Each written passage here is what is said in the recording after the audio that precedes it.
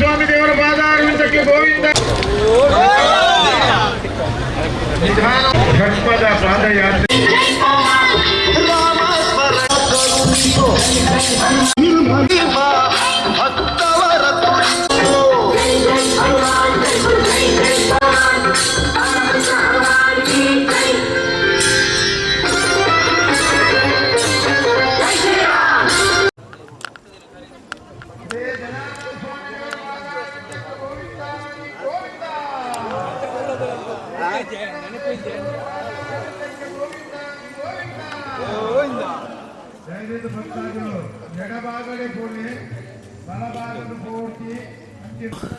ಅಭಿನಂದನೆ ಹಾಗೂ ಅಭಿವಂದನೆ. ಲಕ್ಷದೀಪದ ಬೆಳ್ತಂಗಡಿ ತಾಲೂಕಿನ ಮಹಾಜನತೆಗೆ ಹಾಗೂ ಕರ್ನಾಟಕದ ಎಲ್ರಿಗೂ ಹಿಂದೂ ಬಾಂಧವರಿಗೆ ನನ್ನ ಹೃದಯ ಸ್ಪರ್ಶಿ ಶುಭಾಶಯಗಳನ್ನು ಹೇಳುತ್ತಾ, ಕಾರ್ತಿಕ ಮಾಸದ ಪರ್ವಕಾಲದಲ್ಲಿ ಧರ್ಮಸ್ಥಳದ ಪುಣ್ಯಕ್ಷೇತ್ರದಲ್ಲಿ ಲಕ್ಷದೀಪೋತ್ಸವ ಆಗ್ತದೆ ಬಹಳ ವಿಜೃಂಭಣೆಯಿಂದ. ಇವತ್ತು ಶನಿವಾರ ಸಾಯಂ ಸಂಜೆ ಲಕ್ಷದೀಪದ 13ನೇ ವರ್ಷದ ಪಾದಯಾತ್ರೆಗೆ ನಾವೆಲ್ಲ ಬೆಳ್ತಂಗಡಿ ತಾಲೂಕಿನ ಹಾಗೂ ಎಲ್ಲ ಕರ್ನಾಟಕದ ಹಾಗೂ ನಾವೆಲ್ಲ ಭಾರತೀಯರು ಹಿಂದೂಗಳು ಇವತ್ತು ಸಾಕ್ಷಿಯಾಗಿದ್ದೇವೆ. ಆ ನಿಟ್ಟಿನಲ್ಲಿ ಬಂದಂತಹ ಎಲ್ರಿಗೂ ಭಗವಂತ ಇನ್ನಷ್ಟು ಆಯುರಾರೋಗ್ಯ ನೆಮ್ಮದಿಯನ್ನು ಕರುಣಿಸಲಿ. ಎಲ್ಲರಿಗೂ ಲಕ್ಷದೀಪ ಮಹೋತ್ಸವದ ಶುಭಾಶಯ. ಪೂಜ್ಯ ಕಾವಂದರಿಗೂ ನನ್ನ ಭಕ್ತಿಯ ಪ್ರಣಾಮಗಳು. ಜೈ ಶ್ರೀರಾಮ್.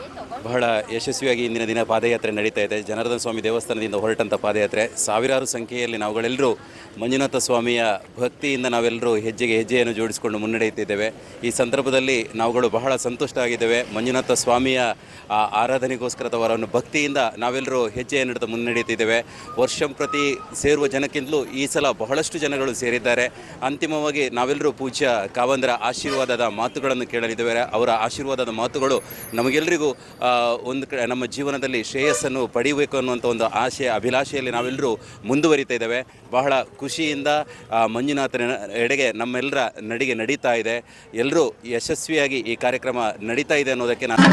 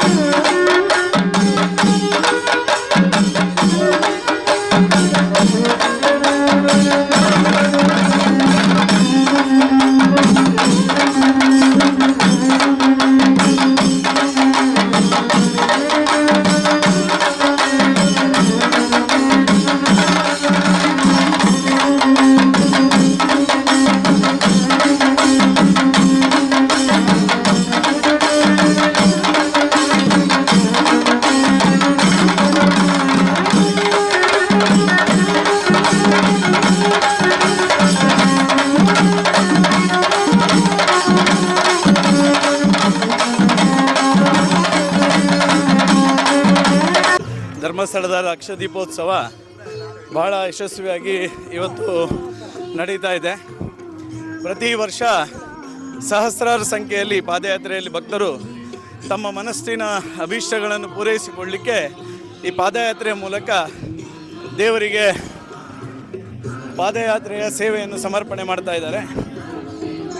ಈ ಒಂದು ಪಾದಯಾತ್ರೆ ಭಾಳ ಯಶಸ್ವಿಯಾಗಿ ನಡೀಲಿಕ್ಕೆ ಬೆಳ್ತಂಗಡಿ ತಾಲೂಕಿನ 81 ಗ್ರಾಮದಿಂದಲೂ ಸಹಸ್ರಾರು ಸಂಖ್ಯೆಯಲ್ಲಿ ಇವತ್ತು ಏನಿಲ್ಲ ಅಂದರೂ 25,000 ರಿಂದ 30,000 ಸಂಖ್ಯೆಯ ಭಕ್ತರು ಇವತ್ತು ಪಾದಯಾತ್ರೆಯಲ್ಲಿ ಭಾಗವಹಿಸಿರುವಂಥದ್ದು ಭಾಳ ಸಂತೋಷವನ್ನು ತಂದಿದೆ ಅನ್ನುವಂಥದ್ದನ್ನು ನಾನು ಈ ಸಂದರ್ಭದಲ್ಲಿ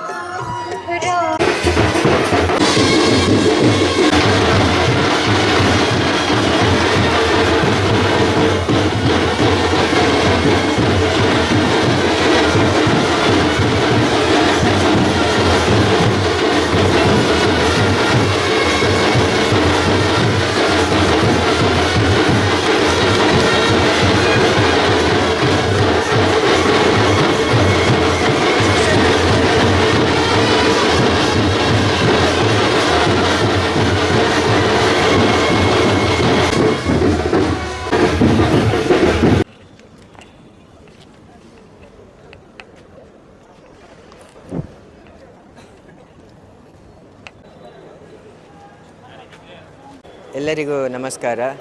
ಈಗಾಗಲೇ 13ನೇ ವರ್ಷದ ಪಾದಯಾತ್ರೆ ಬಹಳ ಯಶಸ್ವಿಯಾಗಿ ಸಂಪನ್ನಗೊಂಡಿದೆ.